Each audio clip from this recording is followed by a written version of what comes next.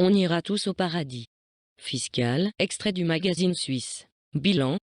Il est évident que seuls les États puissants se donnent le droit de récupérer, par les moyens qu'ils jugent bons, les recettes fiscales qui leur échappent, tout en prospérant grâce à l'évasion fiscale qu'ils offrent sur leur propre territoire aux ressortissants d'autres pays. C'est un extrait du livre « Le secret bancaire est mort, vive l'évasion fiscale », paru il y a 6 ans. Il est présomptueux de se citer soi-même. Mais force est de constater que cet ouvrage, qui prédisait que les États-Unis récupéreraient la clientèle internationale des banques suisses, offrait une analyse réaliste.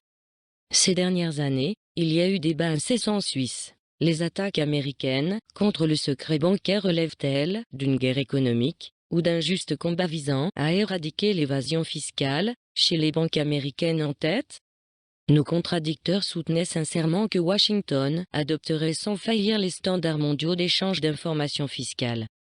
Ils envisageaient sérieusement qu'un marché de plus de 15 000 milliards de dollars d'avoirs défiscalisés, à l'aide de structures anglo-saxonnes pour l'essentiel, se régulariserait d'un coup de baguette réglementaire magique.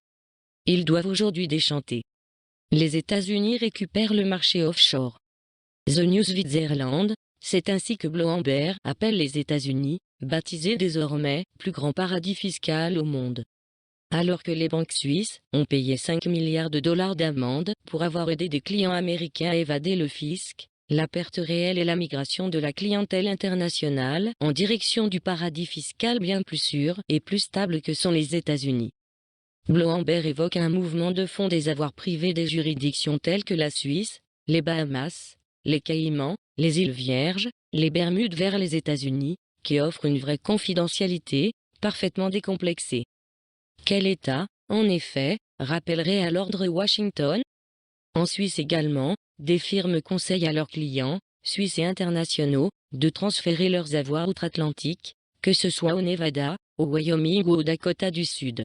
C'est pragmatique. Les États-Unis ont réussi à se dispenser des nouveaux standards de transparence qu'ils ont eux-mêmes contribué à édicter, tels que FATCA, une loi américaine, ou le standard international de l'échange automatique d'informations de l'OCDE, dont Washington n'est pas signataire.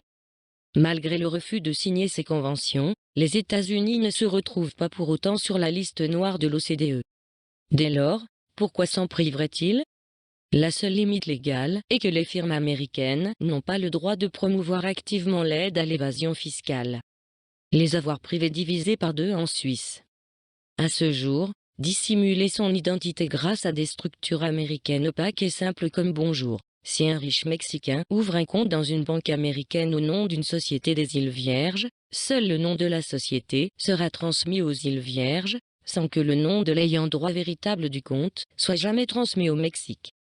Si un résident de Hong Kong souhaite échapper au radar des autorités chinoises, il lui suffit de mettre ses avoirs dans une société LLC du Nevada, détenue par un trust de ce même État, ce qui lui garantira qu'aucun document fiscal susceptible d'être échangé avec Hong Kong ne sera généré aux États-Unis. Qui dit mieux? Une certitude, les avoirs privés étrangers placés dans des banques en Suisse sous forme de titres ont fondu de moitié entre 2007 et 2015, passant de 1109 à 516 milliards de francs suisses, selon la BNS.